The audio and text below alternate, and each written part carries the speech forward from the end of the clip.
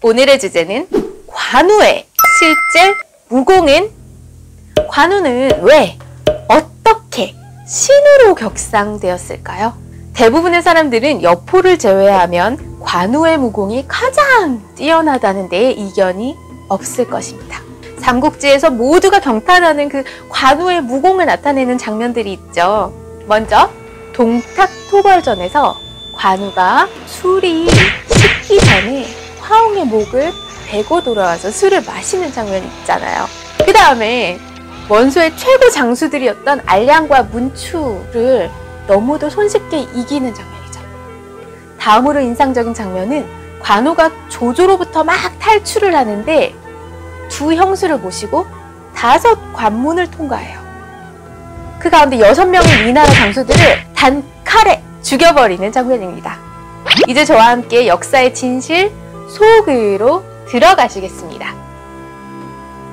나관중의 삼국지에 나타난 수많은 관우의 무공 가운데 정사에서 검증된 사실은 알량을 죽인 것 말고는 이렇다 할 것이 없습니다. 화웅도 실은 관우가 죽인 게 아니고 손견이 죽인 것입니다. 솔직히 관우가 알량을 죽였다는 사실에 대해서도 의구심이 남아요. 이 기록은 진수의 삼국지에 있는 촉서에 나와 있는 내용인데요. 이 촉서가 부실하고 좀 부정확한 내용으로 신뢰도가 낮은 책이에요.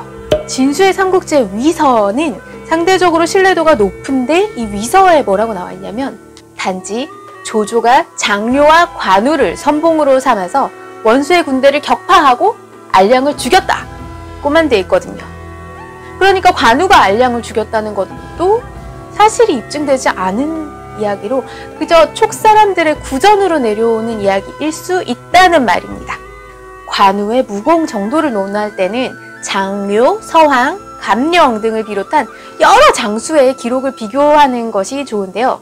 적어도 무공에 관해서는 관우를 능가하는 사람들이 너무 많아요. 비일비재합니다. 또 한 가지 주목할 점은 나관중의 삼국지가 소설적 재미를 위해서 전투에서의 그 장수의 무공이 차지하는 그 비중을 엄청 과장시켜 놨다는 거예요. 삼국지의 여러 전투에서는 한두 장수의 무공 실력이 전투의 그 승패를 결정하는 경우가 많잖아요. 그런데 이것은 소설적인 재미를 위한 설정이지 사실이 아니에요. 삼국지보다 400여 년 전의 항우는 이미 검술은 단지 한 사람을 적으로 하면 그친다.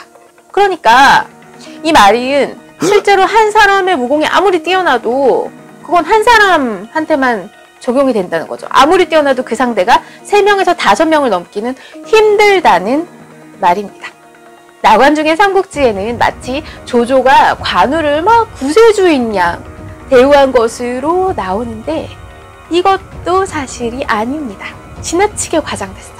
조조는 천하의 인재를 모조리 쓸어 담자 라는 생각이었기 때문에 관우를 한번 얘기를 해보고 쓸만하면 쓰려고 한 것에 불과하죠.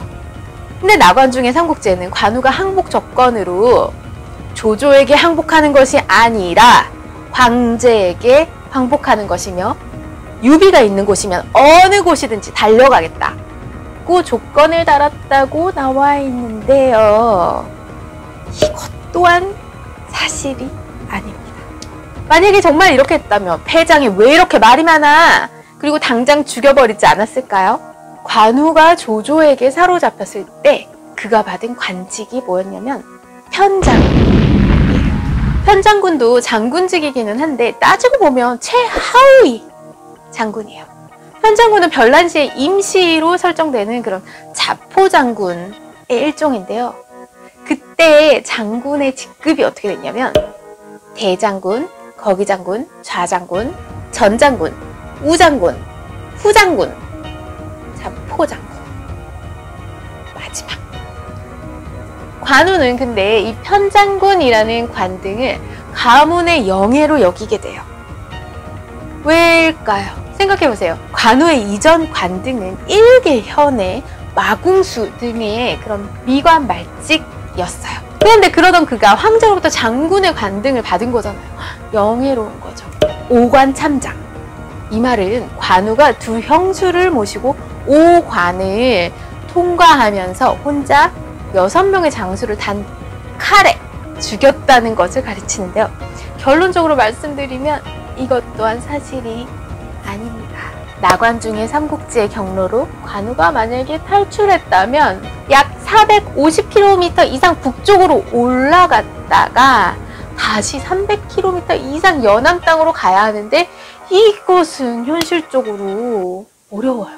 게다가 당시의 그 경로 중에 일부는 관도대전의 그런 전장에 포함된 위험한 경로인 거예요. 실제 정사의 어느 구석도 오관참장을 입증할 내용이 없어요. 그렇다면 실제 관우의 모습은 어땠을까요?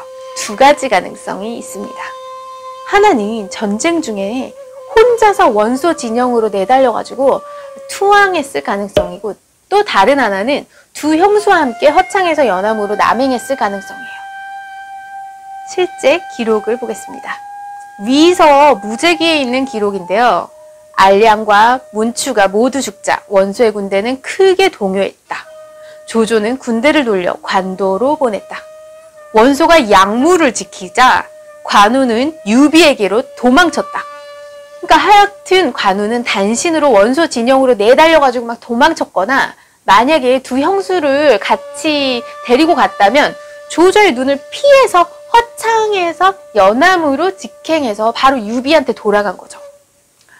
많은 사람들은 조조가 관우를 정말 환대했음에도 불구하고 유비에 대한 충성으로 인해서 조조를 떠났다고 하잖아요. 그래서 관우에게만 열광하는 거예요. 그런데 우리는 여기서 잠깐 뜨거운 마음을 가라앉히고 냉정하게 관우의 입장에서 생각해 보도록 하겠습니다.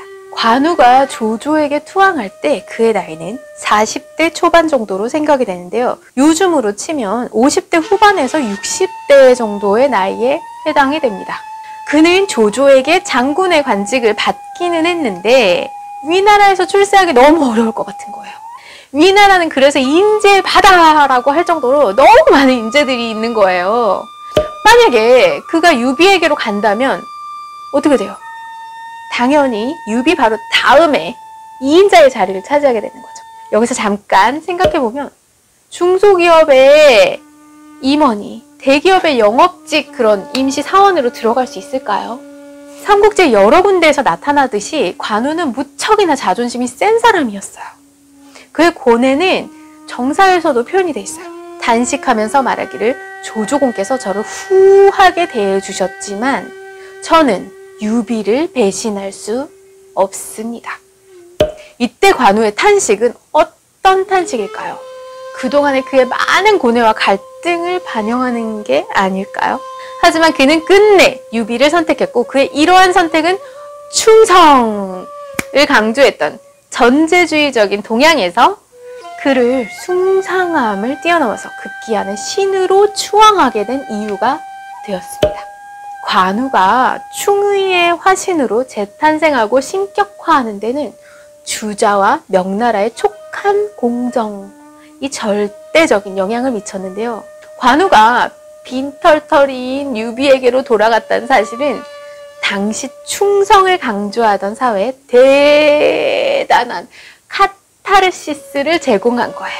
그렇게 관우는 중국 역사상 최대 인기 스타가 되었어요. 약자의 민중은 관우가 허약한 유비를 따라 나서는 것을 보면서 막 카타르시스를 느끼는데, 또 군주는 자신이 정치적으로 실각하거나 또 고립될 경우를 상상하면서 관우 같은 사람이 내 옆에 있어야 돼. 저런 충성스러운 사람이 내 옆에 있어야지 내가 안전하지. 그래서 관우는 대부분의 사람들이 좋아할 수밖에 없는 사람이 된 거죠. 중국 송나라 때에는 드디어 관우에게 왕이라는 호칭이 주어졌고, 명나라는 관우에게 황제의 시호를 붙였습니다. 명나라 세조는 자신의 쿠데타가 성공한 것은 관우가 도왔기 때문에 라고 말하면서 관우를 신성시했어요. 관우의 신격화는 청나라에서도 이어집니다. 관우에 대해 대황제라는 칭호를 붙였고요. 관우의 선조를 왕으로 승격시키고 관우의 신위를 황궁에 모셨어요. 여기까지는 어쩔 수 없다고 해도 우리나라에서도 관우 숭배 열풍이 불게 되죠. 그래서 관우의 묘가 생기게 되고 숭배의 대상이 되면서 충화주의를 뿌리내리는 그런 거점이 되었어요. 임진왜란 이후에 관우의 묘가 생겼어요. 그리고 무속신앙에서도 관우를 신격화하는 경우가 많이 생겼어요. 관우의 묘는 서울의 동대문, 안동, 남원 이런 곳곳에 설립이 되었어요. 우리는 이런 관우의 신격화의 배경을 냉정하게 볼 필요가 있습니다. 황제 혹은 국가의 이런 목소리가 들리는 것 같지 않으세요? 너희도 관우처럼 내게 충성해. 충성하려면 관우 정도는 돼야지. 여기까지 제니퍼의 뻔한 인문학 제니퍼였습니다. 다음에는 더욱더 알찬 내용으로 여러분들께 찾아뵙도록 하겠습니다. 감사합니다.